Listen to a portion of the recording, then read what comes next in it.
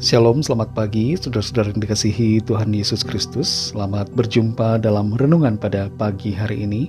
Doa dan harapan saya saudara semua ada dalam keadaan yang baik, sehat, penuh sukacita, dan berlimpah berkat Tuhan. Sebelum kita mendengarkan renungan firman Tuhan, mari kita berdoa.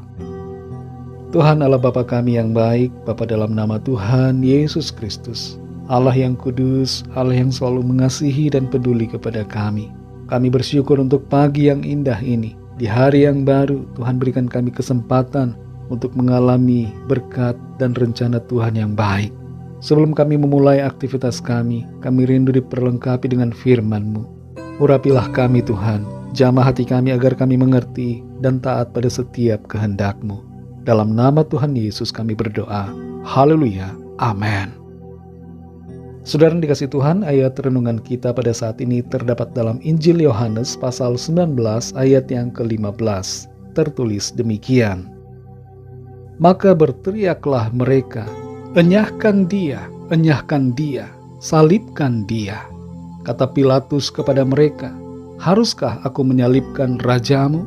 Jawab imam-imam kepala, kami tidak mempunyai raja selain daripada Kaisar. Saudara yang dikasihi Tuhan, di dunia ini ada banyak kasus-kasus di pengadilan yang aneh. Penggugatnya ada yang menang, ada yang kalah. Hakim pun umumnya bertindak rasional, logis, dan memakai hati nurani. Dan publik juga tahu mana kasus yang aneh yang tidak seharusnya dimenangkan atau dikalahkan atau yang tidak seharusnya masuk ke pengadilan. Salah satu contoh kasus aneh yang pernah terjadi dalam pengadilan adalah sebuah kasus tuntutan di tahun 1995,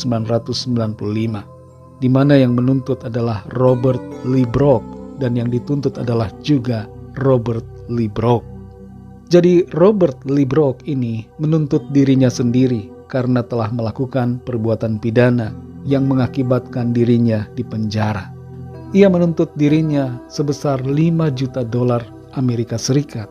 Tapi karena ia tidak sanggup membayar tuntutan itu, ia meminta agar negara yang menanggung pembayaran uang tersebut. Kasus yang aneh ini diberhentikan oleh hakim karena tidak masuk akal. Selain kasus seperti ini, saudara, ada juga kasus-kasus aneh lainnya yang masuk ke pengadilan.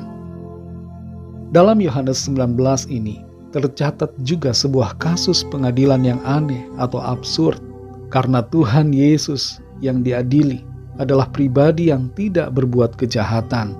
Justru malah ia berbuat kebaikan. Ia berbuat baik untuk banyak orang, melakukan mujizat, menyembuhkan yang sakit, membangkitkan orang mati, mengajarkan kebenaran, tapi malah dituntut hukuman mati. Bahkan para imam yang seharusnya menjunjung kebenaran dan keadilan malah menjadi yang terdepan dalam menuntutnya untuk dihukum mati. Pontius Pilatus, penguasa yang mengadili Yesus saat itu, tidak menemukan kesalahan apapun padanya. Dan Pilatus ingin membebaskan Yesus. Tapi orang banyak dan para imam mendesak agar Tuhan Yesus dihukum mati dengan cara disalibkan. Para imam ini memandang Yesus Kristus sebagai ancaman terhadap otoritas dan ajaran mereka. Dan untuk menyenangkan hati Pilatus, mereka mengatakan bahwa mereka tidak mempunyai raja selain daripada Kaisar.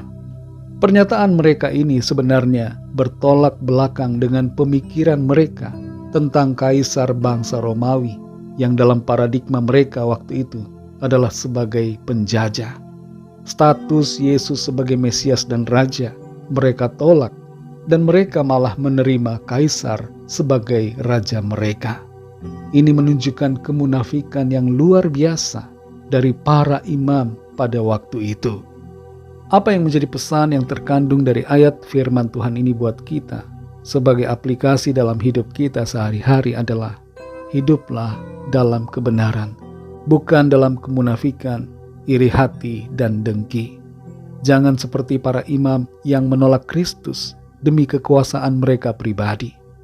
Kita cenderung memilih jalan duniawi dan mengabaikan prinsip-prinsip kebenaran serta keadilan. Kita cenderung mengikuti keinginan daging daripada keinginan roh. Pilatus sendiri menunjukkan kelemahannya dalam mengambil keputusan yang benar. Ia takut kehilangan posisinya dan takut terhadap kemarahan orang banyak, sehingga akhirnya ia menyerahkan Yesus Kristus untuk disalibkan, meskipun ia tahu bahwa Tuhan Yesus tidak bersalah. Secara pribadi, Tuhan mau agar kita menerimanya sebagai Raja dan Penguasa dalam hidup kita. Tidak menolaknya, tapi menerima dan menyembahnya, serta mentaati akan perintahnya. Jangan singkirkan Tuhan dari dalam hidup kita, hanya karena kita ingin bebas dan kita tidak mau hidup kita dikuasai olehnya. Tapi terimalah Dia sebagai Tuhan dan Raja yang bertahta dan berdaulat dalam hati dan hidup kita, kini dan selama-lamanya.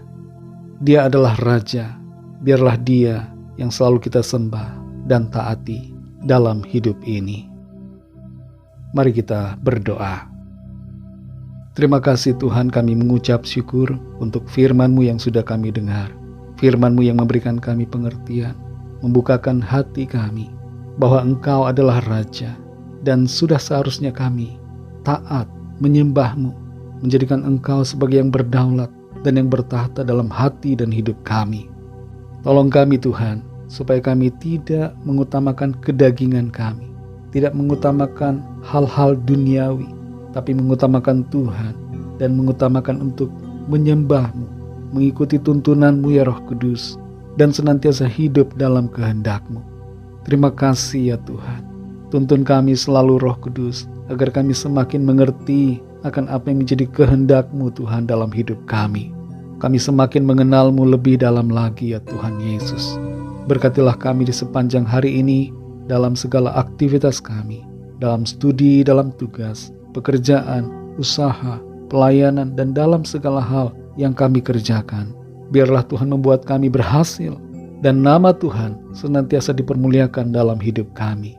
Kami bawa kepadamu setiap pergumulan dan permohonan doa kami masing-masing, agar Tuhan melawat setiap kami, pribadi lepas pribadi, menjamah, menyembuhkan yang sakit, memulihkan yang lemah, berikan kekuatan kepada yang tiada berdaya, dan nyatakan kuasa mujizat-Mu bagi setiap kami yang sedang dalam pergumulan persoalan. Kami percaya kami alami kemenangan, kami alami pertolongan Tuhan. Dalam nama Tuhan Yesus Kristus, Tuhan dan Juru Selamat kami sudah berdoa dan mengucap syukur. Haleluya. Mari sama-sama kita berdoa, doa Bapa kami. Bapa kami yang di sorga, dikuduskanlah nama-Mu, datanglah kerajaan-Mu, jadilah kehendak-Mu di bumi seperti di sorga. Berikanlah kami pada hari ini makanan kami yang secukupnya, dan ampunilah kami akan kesalahan kami, seperti kami juga mengampuni orang yang bersalah kepada kami. Dan janganlah membawa kami ke dalam pencobaan, tetapi lepaskanlah kami daripada yang jahat, karena Engkaulah yang punya kerajaan, dan kuasa dan kemuliaan, sampai selama-lamanya. Amin. Terimalah berkat Tuhan. Tuhan memberkati engkau dan melindungi engkau. Tuhan menyinari engkau dengan wajah-Nya dan memberikan kasih karunia. Tuhan menghadapkan wajah-Nya kepadamu dan memberikan damai sejahtera.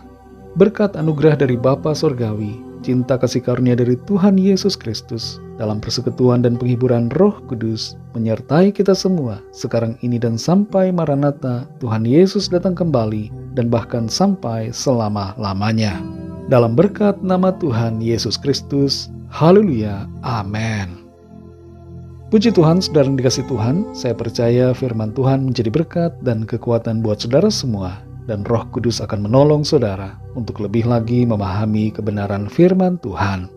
Tuhan Yesus memberkati saudara semua. Selamat beraktivitas dan sampai jumpa dalam renungan yang berikutnya. Haleluya.